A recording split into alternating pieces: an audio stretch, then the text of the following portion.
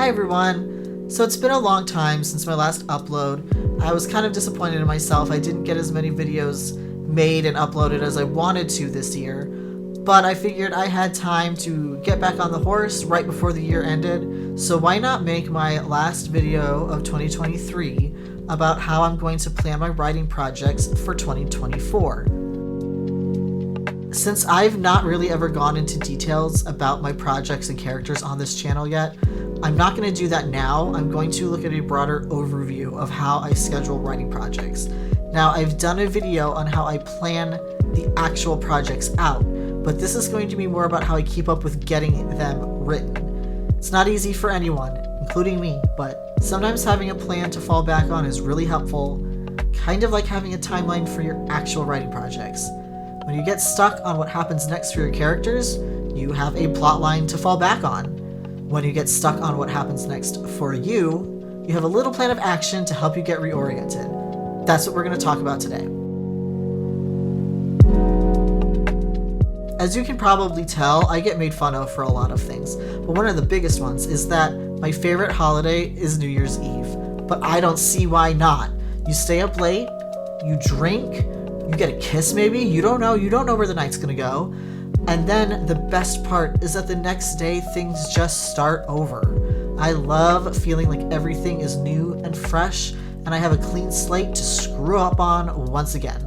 Because seriously, it's hard for people to stick to huge resolutions. So instead of doing one big one, or even a few big ones, what I try to do is plan out a lot of smaller ones that I implement throughout the year. And hopefully adding those all together will lead to a greater lifestyle change over time. And that's how I kind of tackle my writing projects too. I used to plan my entire year, like 12 months in advance. And I do still have deadlines to meet for Patreon projects and other things that I do know already. So I definitely factor those in. But I have stopped trying to force myself into a schedule 12 months ahead of time. Instead, I've started making quarterly schedules with a moment at the end to look ahead. So I decide on 3 months at a time, and when I get to the next 3 months, I evaluate what I actually got done for my previous schedule, what worked, what didn't, and how I can move forward.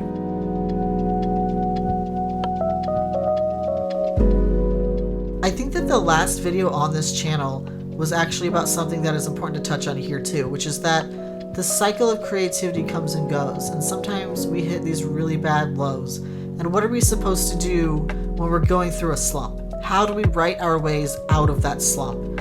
And the solution that I came up with in that video, though it is fairly subjective, I'd say, is that we don't write through the slumps. We let them happen. We have to sit with ourselves, and we have to learn to love to write again. And we have to learn to love our writing again. Sometimes reading other people's stuff is really inspiring and it helps, but ultimately you have to really want to get your stuff out there again. That's what that video was about.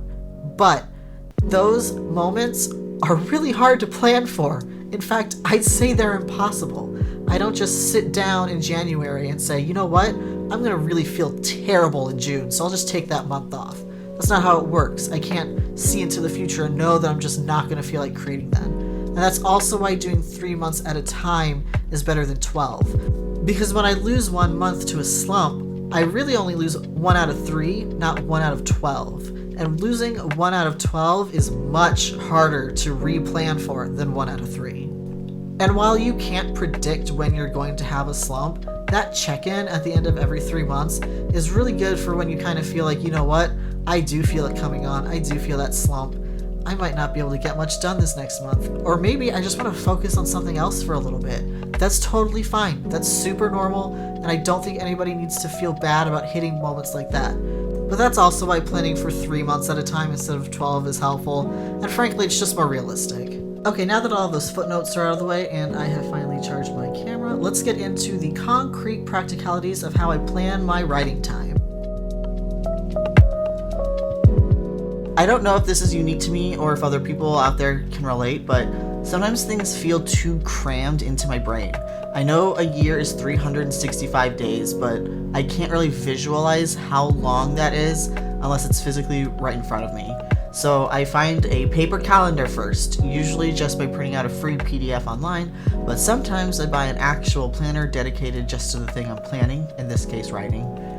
I don't know how to explain this properly, but having one page for each month right in front of me really helps me see what I have to work with.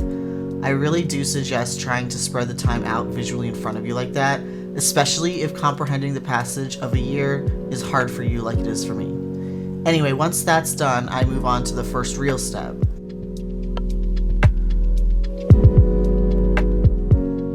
If I know certain deadlines I already have that I must meet, then I add those immediately, like I said. I also add certain events that I know are going to happen that are going to take my time away from work. So the most common one being anime conventions, and I make sure that I account for those. Then I will add work from other schedules that have set times, like when I stream on Monday evenings on Twitch. Finally, I tend to take a lot of time in November and December to myself, because Halloween, then my birthday, then American Thanksgiving, then Christmas all happen in such a short amount of time that I like to have very little else to worry about then. Once all of those things are written down, I can see when my time is top heavy, and I plan writing for times that don't overload me.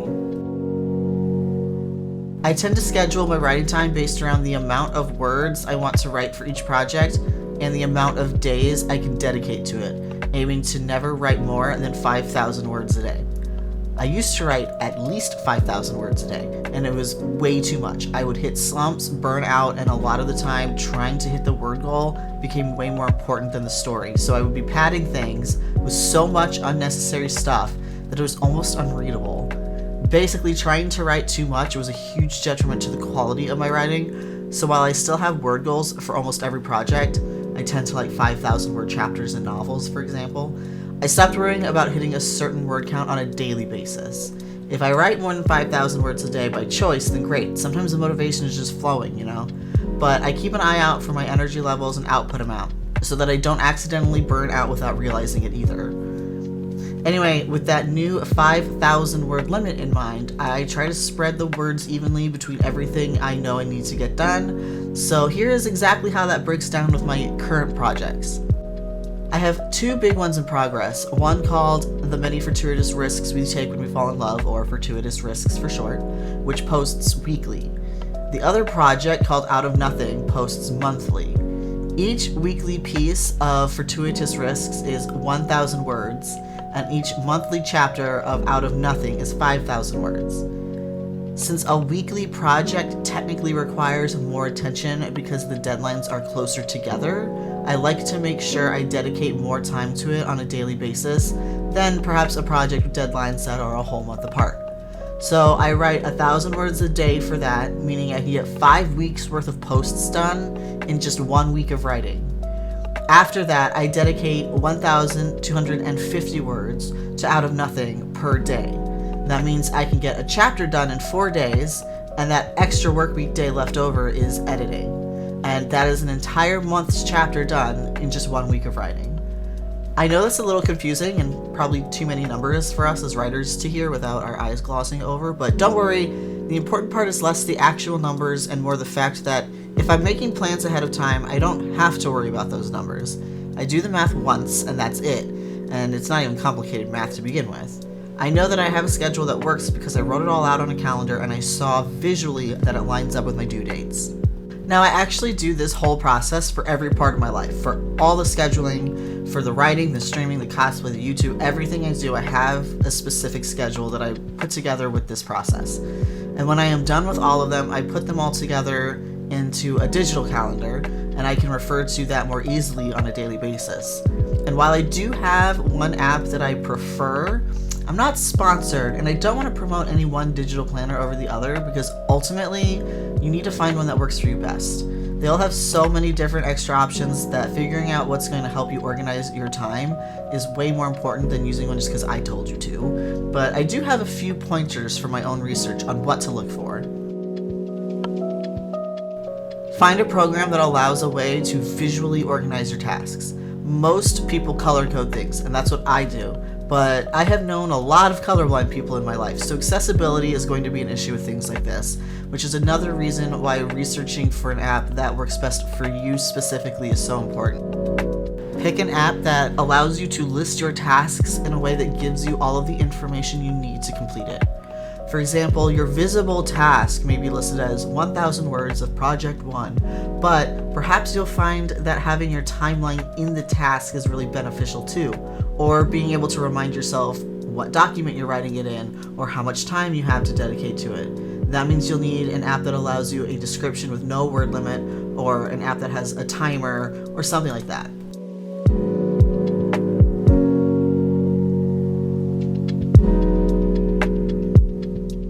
The format in which you view things may make a big difference. Again, this is that weird brain thing I have where seeing a whole month in front of me makes it much easier to also zone in on a single day. But you may find that being able to see the whole month or a to-do list that goes well into next week is actually really overwhelming. So make sure that you know the limitations of your program. Cross-platform programs are invaluable, and most to-do apps are cross-platform, but double check just to make sure. My entire schedule is on my phone, my watch, all of my computers, both as an app and a desktop widget. This means that I can easily check my to-do list just by looking at my wallpaper, which I made myself, by the way, so that I could frame the to-do list easily and make the desktop look a little bit more natural. This also means that if I lose my phone, I can still at least see my list on my computer or watch. Also, consider backing up your data if it allows you to. In the end, what I started using to plan my writing out ended up being what I used to put absolutely every event of my life into. This is where I put my doctor's appointments, social events, and even reminders to take moments for myself too. Knowing that you have time for everything you want to do can help you when you feel like things are moving too fast. Speaking of time, I stopped telling myself when in the day I would do certain tasks.